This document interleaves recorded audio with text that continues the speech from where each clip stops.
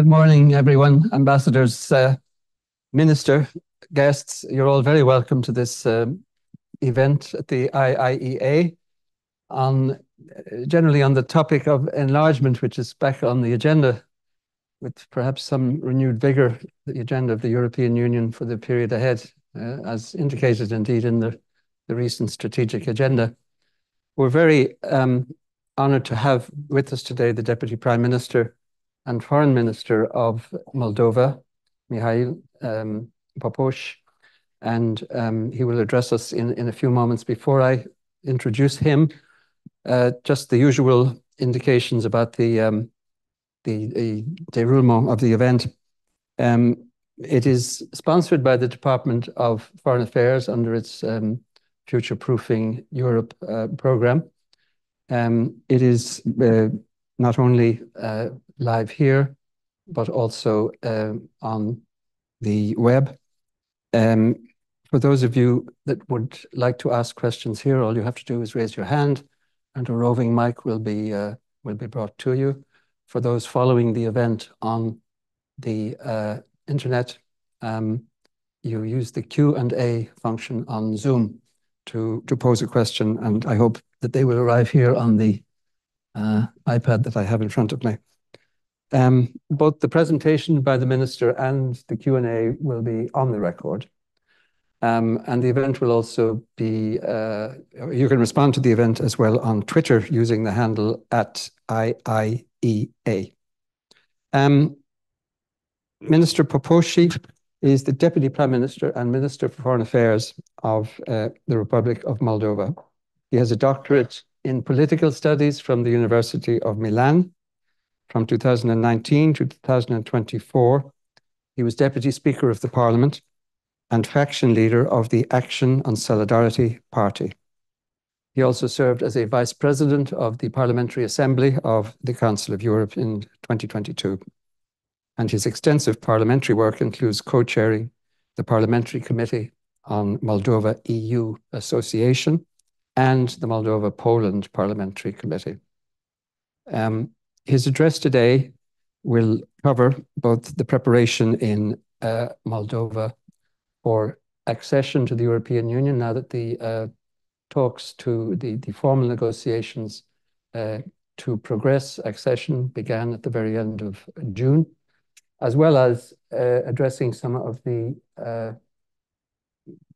nefarious effects, if I can put it that way, of Moldova's being almost on the front line in the most serious conflict in Europe since the Second World War between Russia and Ukraine, Ukraine with which Moldova has a very long border. And I'm sure the Minister will want to update us on the spillover effects of that on the country and on the progress of the accession negotiations as well. So, Minister, without further ado, I'll give you the floor. I understand you'll address us for about 15 or 20 minutes, and then we will go to question and answer. Minister Popșoi.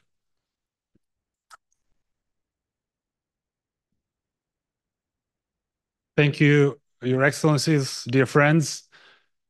It is a special honor for me to be for the first time in Ireland, the wonderful, hospitable, and generous home for so many hardworking and law-abiding Moldovans. And I discover them literally every day, yesterday and today, on the street, in the hotel, who are contributing to the economy of Ireland and who are making a good name for themselves, but also for the Republic of Moldova, given their constant contribution. I'm also particularly pleased given the wonderful political relationship that we have with Ireland and the fact that I follow here within a week the President of the Republic of Moldova is a testament to how close our relations are. And this relationship is manifest in the constant support that Ireland has provided to the Republic of Moldova in the context of our country's EU accession process, but also in the aftermath of the Russian aggression against Ukraine. The support of the people of Ireland, of the leadership, has been constant. And this support has allowed the Republic of Moldova to continuously be able to support Ukraine. We always say that any and every support that Ukraine receives, it's a support for the Republic of Moldova, and the other way around. Every support that we get makes us stronger and better prepared to continuously support our friends and neighbors in Ukraine. And indeed, the Republic of Moldova has welcomed by far the largest number of refugees per capita in a country of barely 2.5 million people. We welcomed through the Republic of Moldova about 1.5 million of Ukrainian refugees. We currently host about 115,000 of women and children, and we have provided full access to labor market, education, healthcare, temporary protection measures, because we know full well that Ukraine defends us as much as they defend themselves. Ukraine defends the international rule-based order. Ukraine defends with the blood of the servicemen and women and the civilians that get attacked constantly, including the most recent barbaric attack on the hospital in Kyiv, where children struggling with cancer, including before the war, kids from the Republic of Moldova would have been treated there on regular basis. These barbaric attacks and all the others that happen daily on Ukrainian energy infrastructure, of course, the repercussions are felt very strongly in the Republic of Moldova. But despite this enormous horror that we face day to day, Moldova now is more resilient and stronger than it was 2-3 years ago, because we took action. We didn't just muddle through. We achieved meaningful progress in this past few years on areas that felt impossible to advance, such as energy security. It felt for the past 30 years that Moldova has this umbilical cord connection with Gazprom, which was impossible to break. Well, it turns out it is possible if you have the political will, and if you take national security and energy security seriously, then you can find solutions. And quite frankly, it is incredibly unfortunate that political leadership in Moldova, our predecessors, have kicked the can down the road for over a decade now and failed to implement in time the third energy package of the European Energy Charter to unbundle the energy supply, because we've been dependent for as long as I can remember, since Moldova's independence, on one supplier, one transit, one distributor of gas, and that's not ideal. You don't need to have a PhD in security studies or economics to know a dependency on one supplier and one transit and one distributor is not a position where you want to find yourselves in. Now, we have diversified, we are buying gas on the international market, and at times, and that was evident in one of the purchases we made last year, we bought American LNG at a price that was lower than what the contract that we have with Gazprom would have offered. And we buy it in the summer on the cheap, we store it, and we use it in winter, and you would think that it's a no-brainer that we should have been addressing a long time ago. Well, unfortunately, it wasn't the case, because as many of you probably know who are more astute followers of developments in Moldova, there was a time where political leadership in Moldova not only didn't have an interest to diversify, they had an interest to maintain the dependency on Gazprom, because there are all sorts of corrupt schemes involved with energy supply, and all sorts of kickbacks and all sorts of shady schemes of profits being siphoned off to offshore companies. And that was the sad reality that we faced for a long time. Thankfully, a number of years ago, when we had a change of government in Moldova, which some of our friends remember, when we used to have two governments at the same time for about a week, Moldova's democracy was tested then, and Moldovan people and their aspiration for democracy, for rule of law, for human rights, for a return to the European family of nations prevailed. And now, despite the enormous suffering and despite the barbaric aggression waged by the Russian Federation against our neighbor and friend Ukraine, Moldova manages to persevere despite all odds. Despite having lost several decades. In the 90s, we missed the train when our friends and brothers in Romania started the negotiations. The 2000s, when our friends from the Western Balkans advanced, we lost all those opportunities. We had our own glimpse of hope in the early 2010s only to be destroyed by, again, the corruption and the avarice by the political leadership that destroyed that hope that so many Moldovan people had in the 2010s. It felt like Moldova was going in the right direction, only for that hope to be shattered by the billion-dollar fraud and everything that followed. And they say that people don't get second chances often. Well, countries get them even less often. Moldova now has this second chance, thanks, again, to the wisdom of the Moldovan people, to the determination of this small, young team that President Sandu put together, that our opponents back in the day didn't give much credit, and that was our luck, because they didn't take us seriously. The oligarch that was ruling the country with an iron fist, he disregarded this young team that was creating this grassroots movement for rule of law, for European integration, for combating corruption, led by a woman politician with no financial backing other than small donations from our citizens. They didn't take us seriously. They called us hipsters, backpackers, because we would carry our laptops on our backs. And that was our luck, because had the oligarch taken us seriously, he may not have allowed us to stand in elections. He did. We won in 2019. We defeated the oligarch. Then we defeated the Russian proxy that was acting as oligarch's puppet in the presidential office. We defeated him in 2020. Then we obtained the majority in parliament in 2021. And now we have another important test this year: presidential elections and EU referendum. And when I was telling my counterparts at the beginning of the year that we have an EU referendum, and that was weeks before we got the green light to start negotiations, my counterparts were asking, isn't it a bit early to have an EU referendum? And our explanation is simple. We want to show our citizens and the world the extent to which Moldovans are aware and want to indicate precisely where they want to be. Because we have been ripped apart from the European family of nations in the Second World War for no fault of our own. And ever since then, during the Soviet Union and throughout the 30 years of independence, we had this constant tug of war, geopolitical tug of war. And we need to make up our mind. And our citizens have spoken loud and clear in the last parliamentary election, presidential election. But we also want to enshrine it in our constitution, the European trajectory of the Republic of Moldova.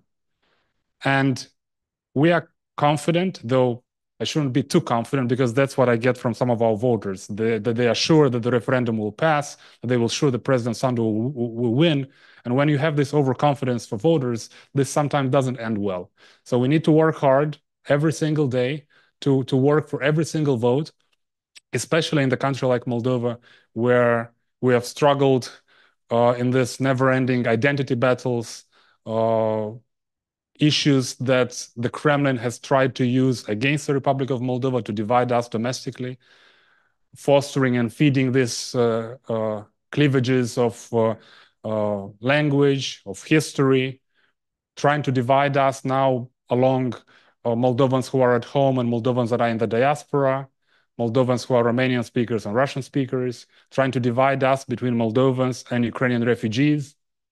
But thankfully, they have not been able to achieve any meaningful progress, although they keep on trying. With the amount of money that they are funneling into the country, with the enormous avalanche of all sorts of hybrid tactics that they are trying to employ to destabilize the situation, to undermine the legitimate craving of the Moldovan people to be part of the European family of nations, together with Romania, together with the Baltic states, with Poland, with Ireland. And it's a tough battle. It's a constant struggle, because Russian propaganda would make you believe that European Union is the Middle Ages, that the impact of the accession is horrible. And it doesn't take a lot of effort. And we have had recently some clear evidence of taking some mayors from one of the most pro-Russian regions in Moldova and have them on a field trip to study visit to Poland, to some of the communities there. And they have had a coming to Jesus moment. Because it's one thing to be told on Russian propaganda that this decadent West, that the horrible economic conditions in the Baltics and elsewhere. And when you come and see it, and it turns out that the economic conditions are incomparably better, not just with those that we have in the Republic of Moldova, because that might be understandable, but a lot better than what they have in Russia, where regions outside Moscow and St. Petersburg, you would struggle to find infrastructure that you would think is basic in the 21st century, including lack of gas and electricity and plumbing. But propaganda makes wonders, because if our partners who are incredibly generous with the Republic of Moldova and have supported us throughout this many years of struggling, if 1 million euros is invested in infrastructure in Moldova and the Russians spend 10K on propaganda, more often than not, that 10K on propaganda can undo the good work of that 1 million invested in sewage, in running water, in building a road or a school. So we need to be much more proactive and much more creative in how we communicate with our citizens. And that's what we try to do now. We try to engage with every single citizen, including in some of the more pro-Russian regions, because it's not their fault that they've been left by the Moldovan political elites on the sidelines of the Moldovan political system, and they have not been helped to properly benefit from the Moldovan political debates, from the economic opportunities in the country, because they have not been helped to learn the national language. And it's only last year, for the first time, that we have provided resources from the budget to help our Russian-speaking citizens to learn Romanian so that they can truly benefit from what the country has to offer. And we have been truly surprised, and maybe we shouldn't have been, that there were twice as many volunteers who signed up for these Romanian language courses than the money that we had budgeted. But we will continue to provide support to our citizens, because it is this very feeling of alienation, this feeling of ghetto mentality that the Russians are exploiting, that they are weaponizing this perceived disenfranchisement of certain groups of citizens to the detriment of national unity and to the detriment of the strategic vision of our country to be part of the European Union. And we are making efforts, because at the end of the day, if you talk to citizens, if you inform them, if you help them internalize the incredible generosity of European Union, of our friends in the United States, of our friends in Japan, and the free world generally, as President Sandu likes to say, if you help them internalize this support, then of course in time that makes a difference.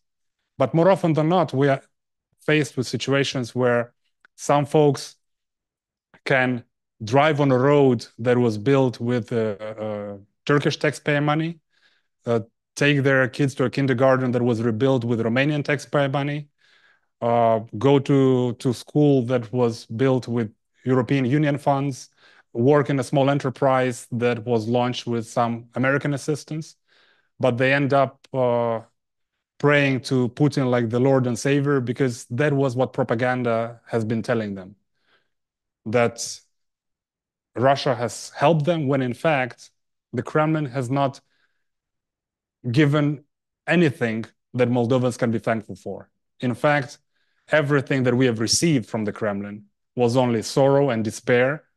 And the Kremlin has kept the Republic of Moldova and all of its citizens, including Russian speakers, including those in the Transnistrian region, including those in Gagauzia, hostages to this malign influence that the Kremlin has waged in our region for many, many years, trying to deny our sovereignty, trying to weaponize our neutrality status, which the Kremlin is the only ones constantly violating by virtue of maintaining troops and munitions in the Republic of Moldova, despite the clear, manifest position of successive governments in Moldova to withdraw those troops and munitions.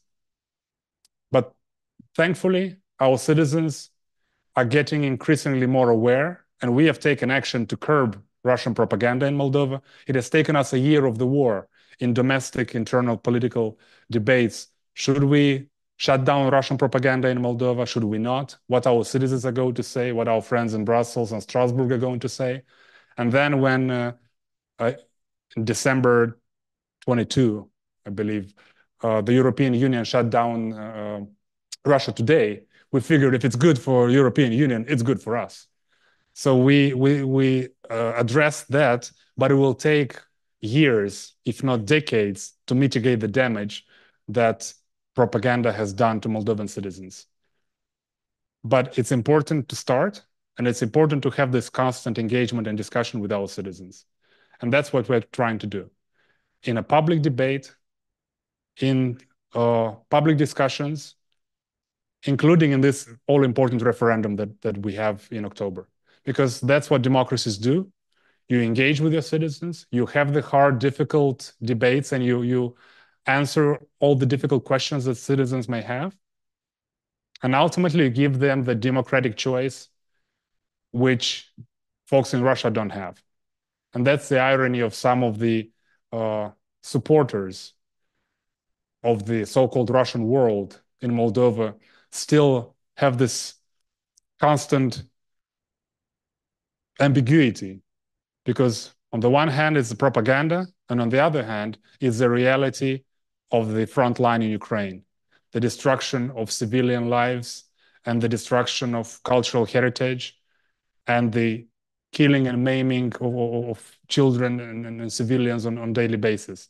So more and more people realize that the Russian world is only bringing destruction and suffering. And hopefully more and more Moldovans will become aware of that.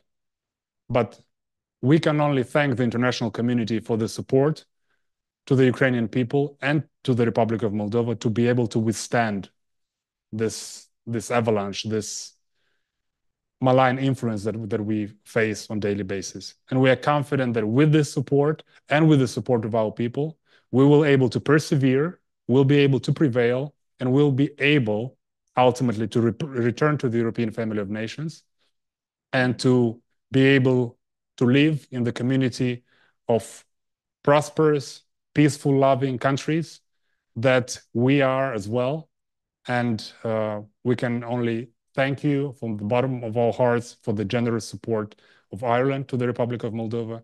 And we can tell you that you can continue to rely on us as a credible partner in the region, as a country that wants to contribute to security and not be just a consumer of security, and to be a reliable member of the European family of nations. Thank you.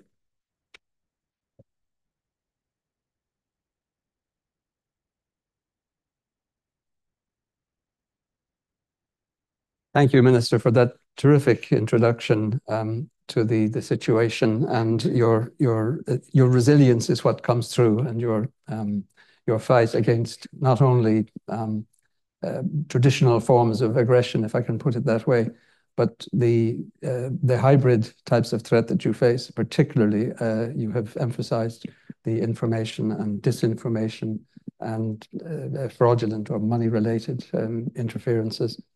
You also ended by praising the relations between our two countries. I'm delighted that this is your first visit to Dublin, and I should have recognized when we came in the two ambassadors, Ambassador Larissa Michelet, working here in Dublin for Moldova, and Brendan Ward, a former colleague of mine in Romania, but non-resident ambassador to Chisinau.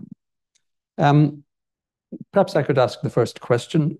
You spoke about the upcoming referendum and election combined. I think it's in October. And your sense of the mood of people in Moldova. What is known of the mood of the population of Transnistria? I mean, they presume they will not be voting in this referendum.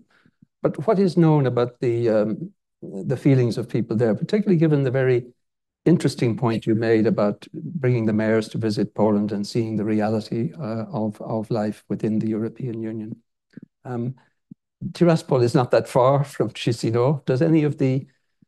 Is there any spillover effect, to put it that way, of the the positive experiences of life in Moldova into the Transnistrian area? Certainly there are, and the Transnistrian region, just in sheer numbers, in the last parliamentary election, the Transnistrian residents, citizens of the Republic of Moldova who reside in the Transnistrian region of the Republic of Moldova, they are allowed to vote, and they will be voting in the referendum and in the presidential election. In the past parliamentary election, the party that I have the honor of representing got 14% among the citizens, Moldovan citizens in that region. And in the autonomous region of Gagauzia, we only got 4%. And in the autonomous region of Gagauzia, it's a constitutionally controlled territory of Moldova, and we could campaign there. In the Transnistrian region, we couldn't step foot, and we got more than 3 times the number of votes. So that tells you the mood, at least in these numbers. But another metric that is even more important, and it's just very fresh from this past week, because the previous number was about 70%. Now it's 80%. That is the percentage of exports of the Transnistrian region to the European Union.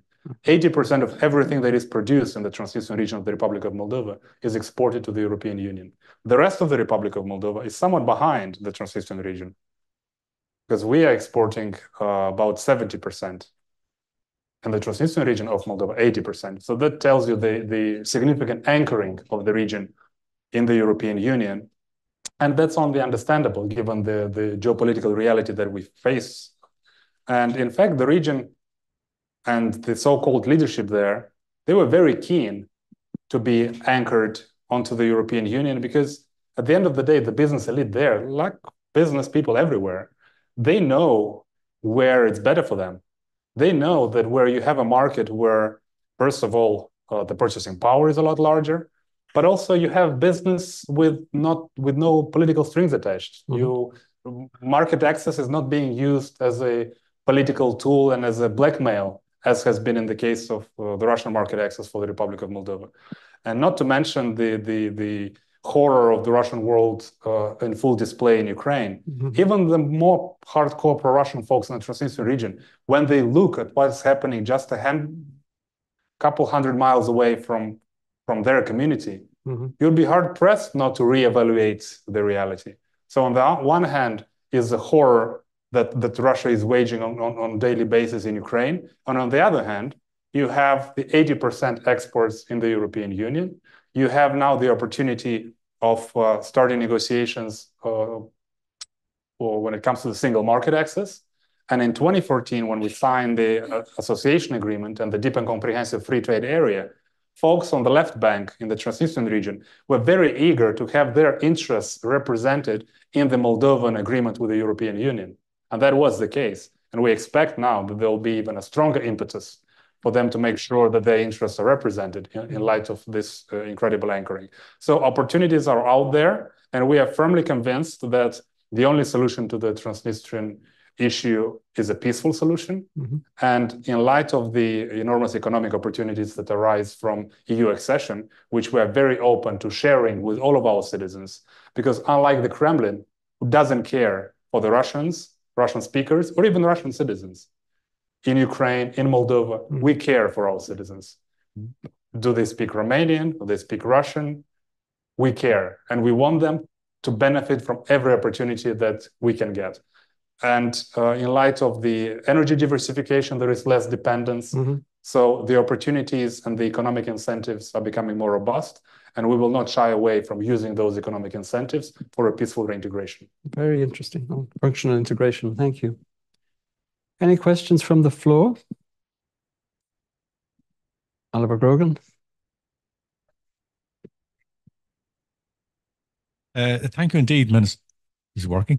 Thank you, Minister. Your address, I think, was very enlightening. And I was very interested to hear your references to Transnistria. And indeed, one should be very encouraged by I think the underlying sense of pragmatism, which seems to be there, and a growing sense. But isn't it true that maybe eyebrows were raised in the West when the authorities in Transnistria in February called for the protection of Russia. Now, I know that it's noted that afterwards this declaration was heavily qualified. But what is your sense behind this declaration? Is it there? Are they trying to play both sides off at the same time? How do you interpret it? Thank you. Well, there was a lot of fuss about that event, and nothing really came out of it. Unfortunately, our friends in international media have made us a bit of a disservice because they portrayed it as carrying a lot more risks than it actually did. And our intelligence and Ukrainian intelligence and the intelligence of our partners were telling us that nothing is going to come out of this event, and nothing did. But the damage was done. The perception was that there was something to it. It ended up with a declaration of that gathering asking for Russian support, only to be edited. They themselves edited in an hour, saying that they asked for Russian diplomatic support. Because even they realized that they didn't want to have any ambiguity about what kind of support they're asking. So we have made sure that the situation in the Transnistrian region remains stable, and the folks on the ground also have an interest in the situation remaining stable. No rational person wants to see his or her community to be ravaged by instability. And there were some attempts by the Kremlin to push folks in the Transnistrian region for some escalatory measures. There was this, on the Russian so-called election day, there was an explosion of a helicopter in the Transnistrian region that was long decommissioned. And to make a nice explosion, they had to add kerosene to the helicopter. They had to put the rotor back on because it was staying rotting there in the field. They had to put the rotor on and then hit it with a drone and make a nice explosion. The camera was perfectly positioned, very good quality. They should get an Oscar for cinematography. But other than that, there weren't any other major attempts at escalation. And we have constant talks with the folks on the left back in the Transnistrian region because nobody has an interest in causing any measure that would hurt our citizens. Whether they live in Tiraspol, in Bender, in Chisinau, in Belz or Comrade, we want to make sure that our citizens can continue to benefit from peace, although peace is a strong word when you have a war zone to the extent to which Europe hasn't seen since the Second World War, and it's only a couple 100 miles away. But at least in the Republic of Moldova, we can assure our citizens that we have absolutely no interest in any escalation, and the folks in the Transnistrian region know that. Ambassador.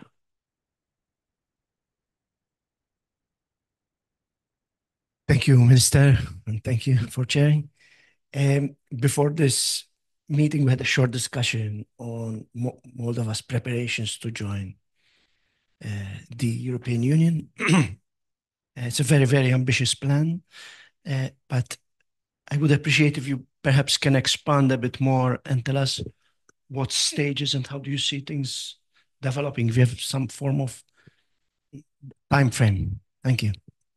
Thank you. I'm not sure if it's very, very ambitious, maybe just ambitious, or perhaps even realistic.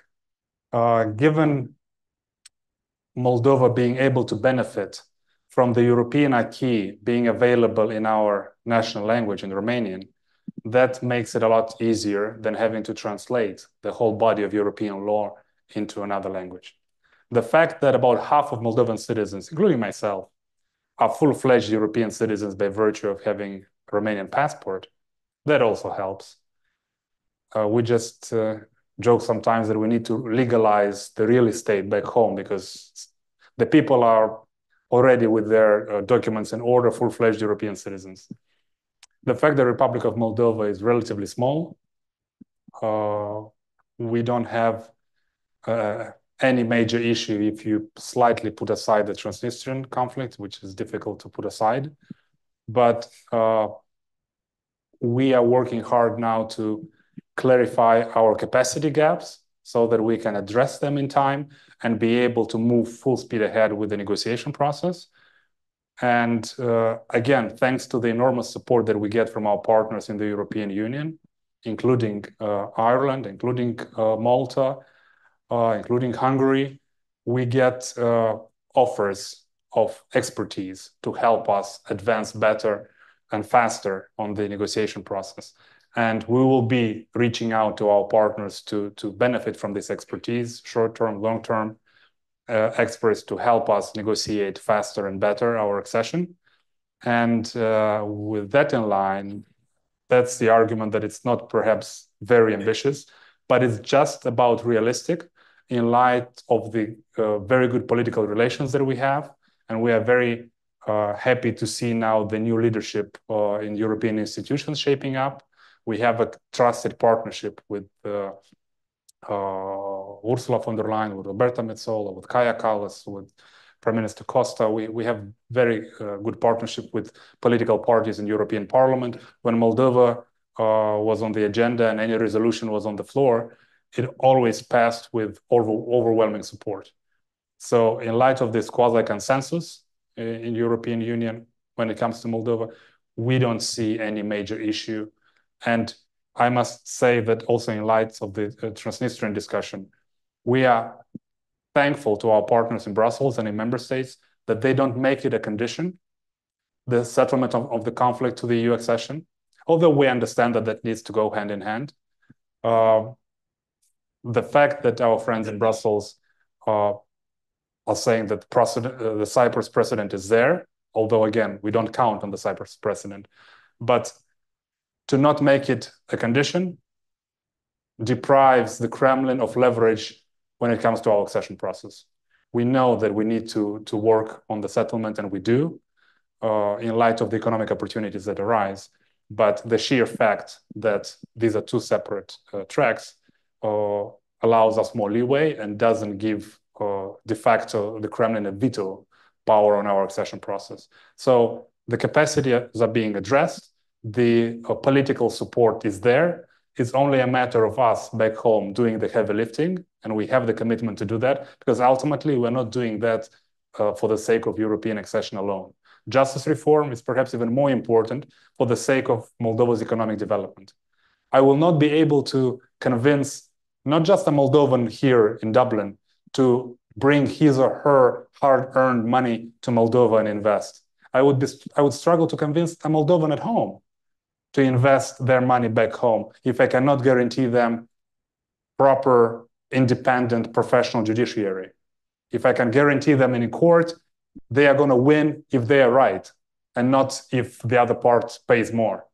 So we understand that justice reform is a cornerstone of Moldova's future, regardless of European accession. If it helps us to join the European Union, beautiful.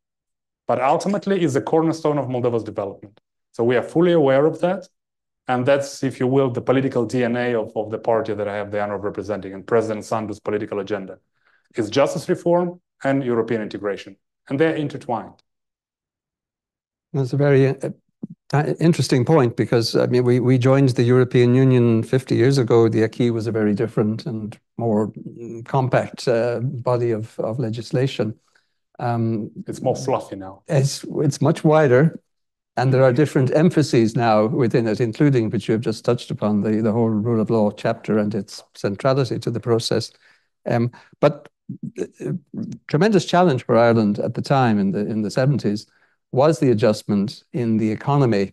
How could you say a little bit about the challenges that you see in that area for Moldova to, I suppose, I'm not sure about the structure of your economy, but probably to remove the state more from the economy, I imagine, and also to standardize, of course, to European standard?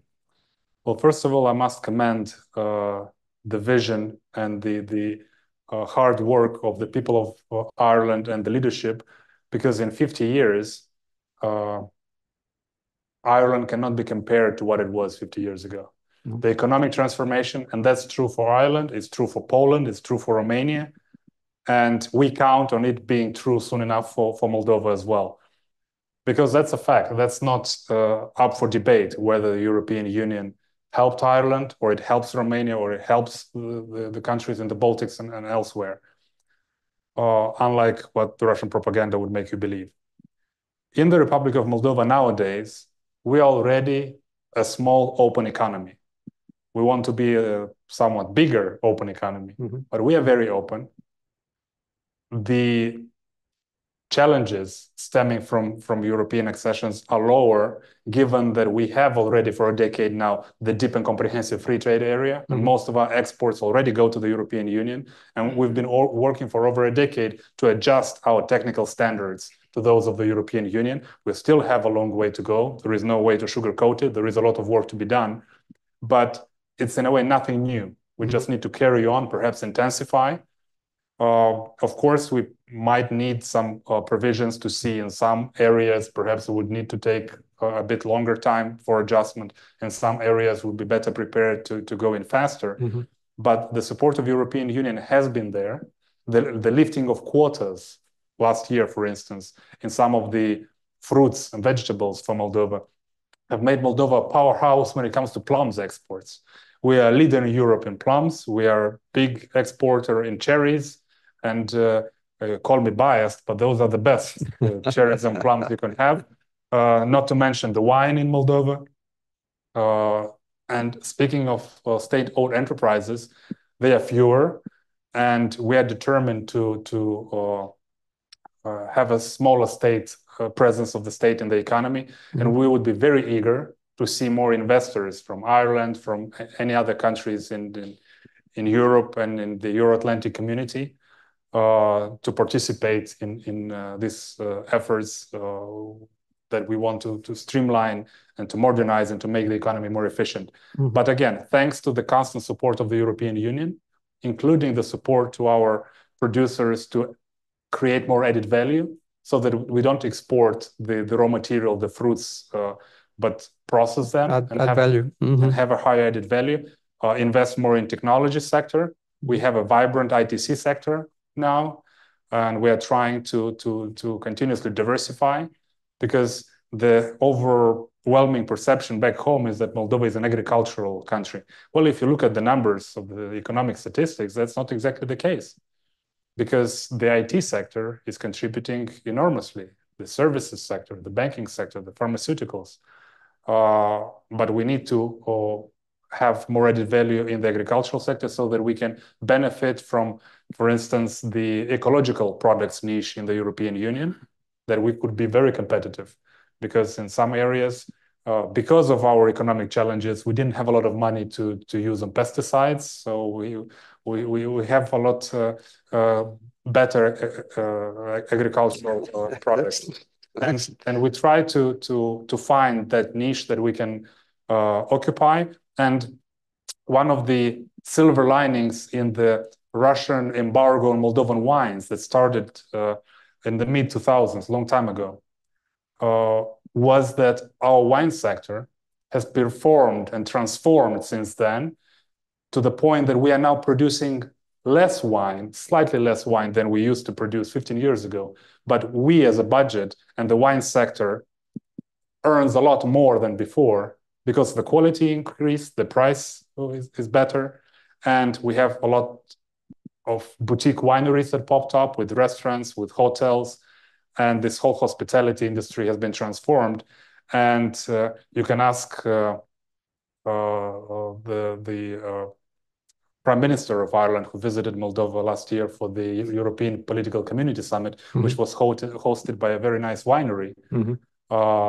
The famous cellars. The famous cellars. So that was a blessing in disguise. The Russian embargo on Moldovan agricultural produce and wine actually helped our wine industry transform. It wasn't pleasant, but at the end of the day, it was the external shock that we needed. And I'm not quite ready to thank the Russians for the energy crisis, but the fact that we got pushed with our backs against the wall put us in a position to do the difficult job of diversification, which, as I mentioned, should have been done a long time ago. But, you know, as the saying goes, better late than never. And quality rather than quantity. So that will be definitely. And quality over speed. That's another one that our friends in Brussels are telling us when it comes to reforms, and we totally agree. I have one question from a participant on the web. Tom Murphy asks, will Moldova remove neutrality from its constitution? And if so, when? That's a very tough discussion when it comes to the neutrality clause. On the one hand, it is clear that in the constitution, it was introduced in the early 90s as a way of hoping to shape the Russians into taking their troops and munitions from Moldova. Needless to say, it didn't work out.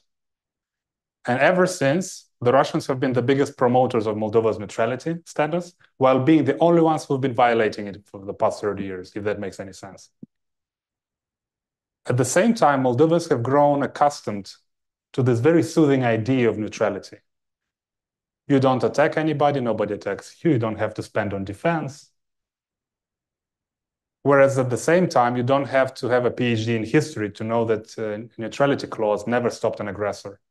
And Ukraine was de facto neutral, was a non-military bloc country, didn't stop the Russians, didn't stop Hitler or Benelux countries, and the plan to invade Switzerland was there. So the fact that the country is neutral and aggressor, when it gets to the border and it says on the border post there, neutral country, never works.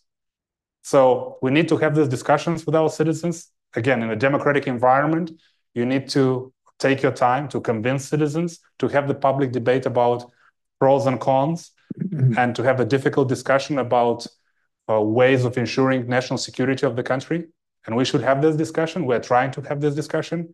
And at the end of the day, Moldovans may be persuaded in the future that neutrality is not a guarantee of security and some other opportunities must be explored. And it may as well be that in an aftermath of this robust debate, Moldovans will continue to believe that neutrality has value and it needs to stay. It's a matter for Moldovan citizens to decide, but we need to have this public discussion in light of the security situation in our region. You would have to be blind not to see the risks. But again, in light of the constant Russian propaganda for 30 years, this idea was instilled in many Moldovan citizens that neutrality is a guarantee of security. And it will take time for Moldovan citizens to have the realization that citizens of Finland and Sweden have gotten a bit quicker than others. And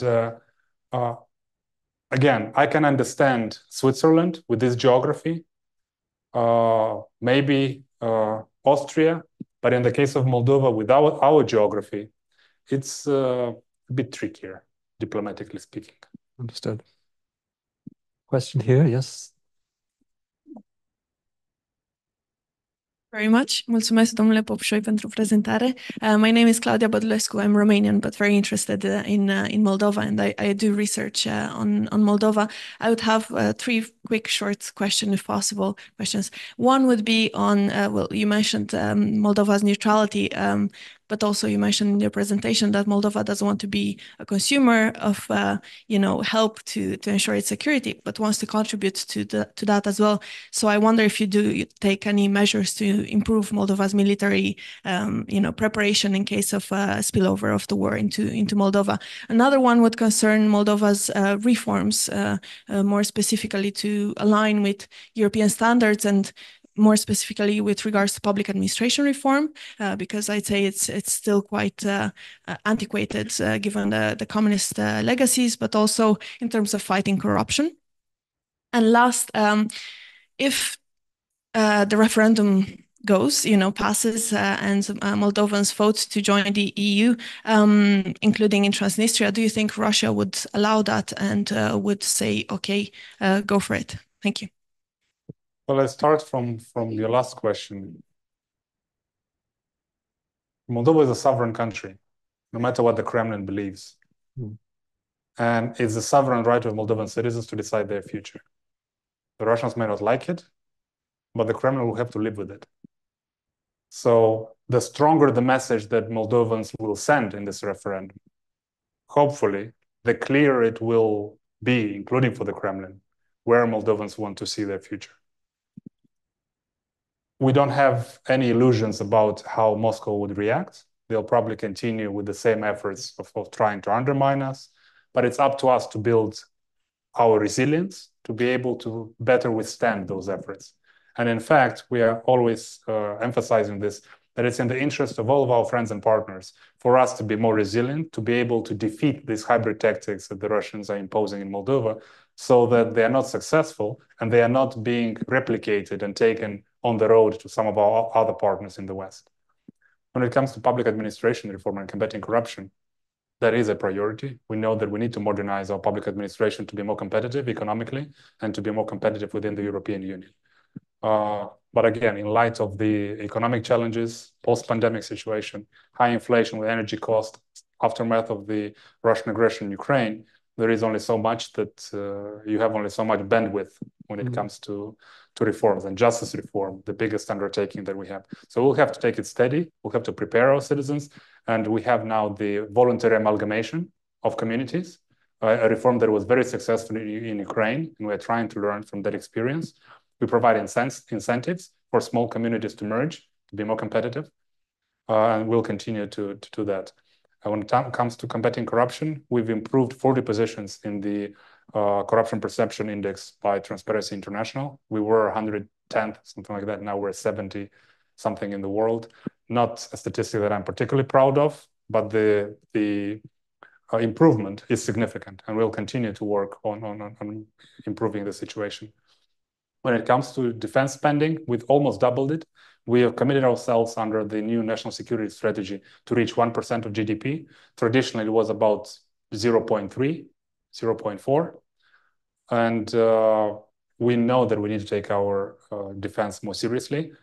When it comes to contributing to security in the region, for the past 10 years, we've contributed to the KFOR mission in Kosovo. We have just started our participation in the CSDP missions in Bosnia and in Somalia. We have participated in the UNIFIL mission in Lebanon, and we want to be more present because we want to contribute, and we want to make sure that our partners appreciate this support that we provide, and we'll continue to have our servicemen and women participate in missions because that helps with the interoperability with our armed forces, but we also need to invest more. And it doesn't help when your defense spending, even that one, the doubled one, is lower than the 4 defenders of Real Madrid.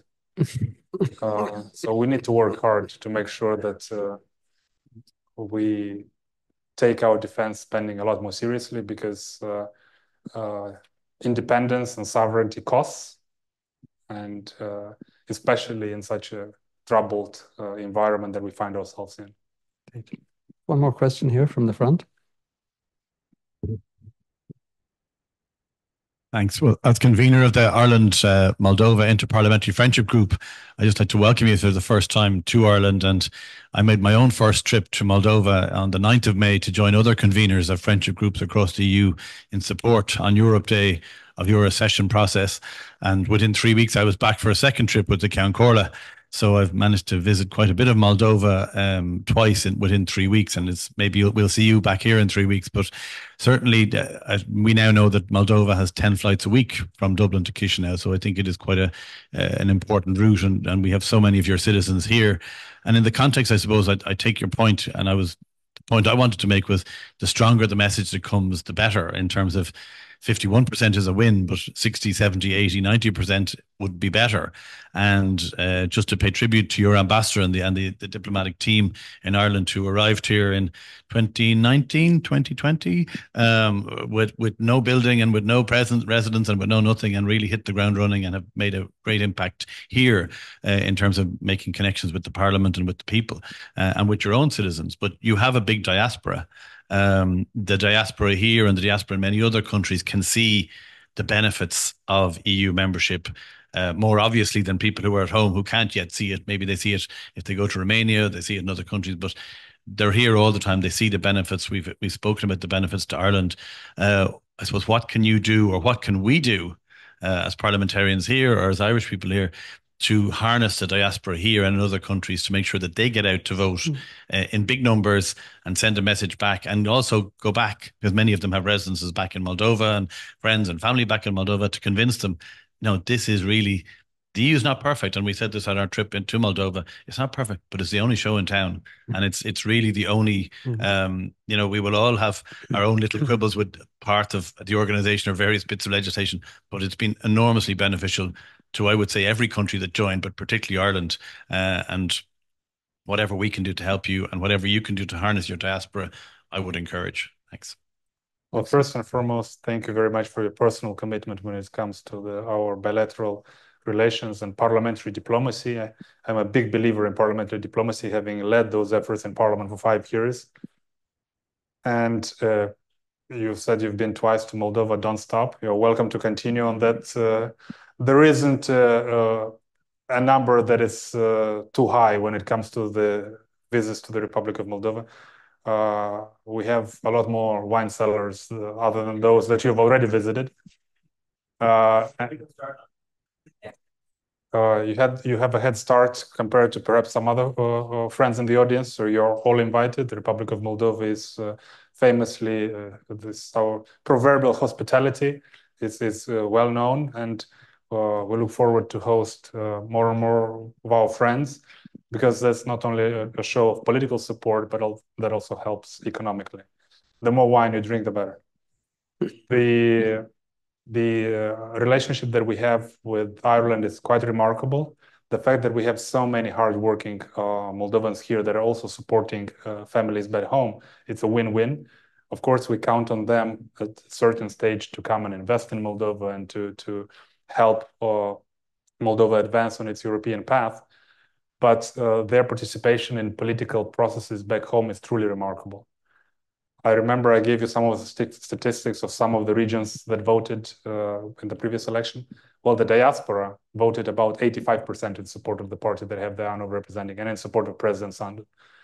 So the diaspora is overwhelmingly pro-European, about 90% in certain regions and countries. So the fact that we have about 10–15% of our citizens abroad, their contribution to the economic and the political development back home is difficult to underestimate. And we count on all of our citizens to be continuously active in politics back home in Moldova, just like they are in the economic activities here. And we'll continue to work to advance their interest, be it with the conversion of driving licenses here in Ireland and in other parts. We just finalized the discussions with our friends in France, be it on social welfare agreements, be it on other important agreements on protection of investments and cooperation in other fields. We try to make sure that we support our citizens, even those that are abroad, because they have such an important contribution to the economic situation through remittances, through investments, but also to the political situation back home. Because ultimately, they are, all of them, are our unofficial ambassadors, both abroad, but also when they come home and they share with the folks at home the experience that they have gathered in the European Union. And when I talk to a voter, inevitably, I will be perceived as biased. You know, you're a politician, you have an agenda. When a fellow family member who has lived and worked in Dublin, in Manchester, in Hamburg, comes and tells his or her fellow family members or friends or neighbors their experience, then it resonates a lot closer and it has a bigger impact. So we count on our citizens to continuously being there for the country and for themselves, because the better and the more developed the country is economically, politically, the better ultimately it will be for them, for their families back home. So thank you for all your support, and you're welcome back at your earliest convenience. Thank you, Minister Popșoi. Thank you very, very much for being such a wonderful and an informative guest you're a very far away country from Ireland in terms of geography. I think as far east as you can go from our westerly situation. But I think from everything that is said here today, you're a lot closer than that, politically, economically, indeed, and in terms of the very positive effect that the diaspora effect has too.